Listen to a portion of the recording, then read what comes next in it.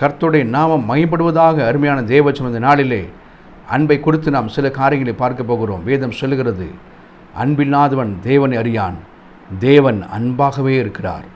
ஆண்டவருக்கு மகிமை உண்டாகும். நம்முடைய ஆண்டவர் எப்பொழுதும் அவர் அன்பாகவே இருக்கிற தேவன் என்று பார்க்கிறோம். ஆகவே தான் நம்ம எப்பொழுதும் நேசிக்கிற ஆண்டவராக இருக்கிறார். கர்த்தருக்கு மகிமை உண்டாவதாக. வேதம் சொல்லுகிறது, அன்றியும் அவருடைய தீர்மானம் அழைக்கப்பட்டுள்ளாய், தேவனிடத்தில் அன்பு கூறுவர்களுக்கு சகலமும் நன்மைக்கு ஏதுவாக நடக்கிறது. நம்மிடத்தில் அன்பு கூர்ந்தபடினாலே நாமும் அவரிடத்தில் அன்பு கூறும்படியாக ஆண்டவர் எப்பொழுதும் அவர் விரும்புகிறார் என்று பார்க்கிறோம்.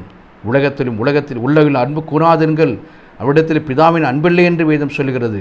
கர்த்தருக்கு மகிமை உண்ட ஒரு சம்பவத்தை நாம் பார்க்கும்போது, ஒரு அருமையான மகன் தன்னுடைய தாயார் சிறு வயதிலிருந்தே அந்த மகனை கஷ்டப்பட்டு வளர்க்கிறாள். வீட்டு வேலைகள் செய்து அவர் என்ன செய்கிறார், மிகுந்த கஷ்டப்பட்டு வளர்த்து ஆளாக்கி படிக்க வைத்து பெரிய உத்தியோகத்துக்குள்ளாய் அவன் செல்கிறான். திருமண வயது வந்தபோது அவன் என்ன செய்கிறான், திருமணம் செய்து வைக்கிறாள் தன்னுடைய தாயார். ஆண்டவருக்கு மகிமை உண்டாவதாக. ஆனால் வந்த அருமையான அந்த மருமகள் என்ன செய்கிறாள், அவனுடைய தாய் அன்பாக இருக்கிறது விரும்பாதபடி அந்த புருஷனிடத்திலே ஒரு காரியத்தை கேட்கிறார்.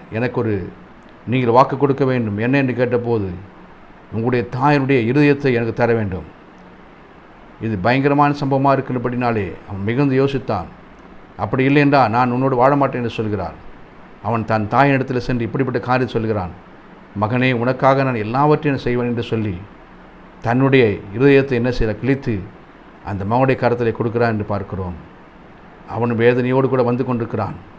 ஒரு கால் தடிக்கு விழுகிற சூழ்நிலையிலே அவன் கையில் வைத்திருக்கிற அந்த இருதயம் சொல்லிட்டு, மகனே பார்த்து செல்லப்பா என்று சொல்லும்போது அவன் கண்ணீரோடு, ஐயோ அம்மா, உம்முடைய அன்பு எத்தனை பெரிதம்மா என்று சொல்லி கதறுகிறான். அதை காட்டிலும் 1000 மடங்கு 1,00,000 மடங்கு அன்புதான் இயேசுவின் அன்பு. ஏனென்றால் தன்னையே அவர் ஜீவபலியாக ஒப்பு கொடுத்தார் என்று வேதம் சொல்லுகிறது. அவரை பார்க்கும்போது பார்க்கத்தக்க ரூபம் அவருக்கு இல்லாதிருந்தது என்று வேதம் சொல்லுகிறது. கர்த்தருக்கு மகிமை உண்டாவதாக. ஏனென்றால் அவர் நம் மீது வைத்த அன்பு, இந்த உலகத்தின் ஜனங்கள் மீது வைத்த அன்பு, மனுக்குலத்தின் மீது வைத்த அன்புதான் அதற்கு காரணம். கர்த்தருக்கு மகிமை உண்டாவதாக. ஏசாயா 53ஆம் அதிகாரத்தில் வாசிக்கும்போது, நம்முடைய மீறுதலுக்கு காயப்பட்டு நம்முடைய அக்கிரமத்தை நொறுக்கப்பட்டார், நமக்கு சமாதானம் உண்டு பண்ண ஆக்கினை அவர் மேல் வந்தது, அவருடைய தழும்புகளால் நாம் குணமாகிறோம் என்று பார்க்கிறோம். கர்த்தருக்கு மகிமை உண்டாவதாக.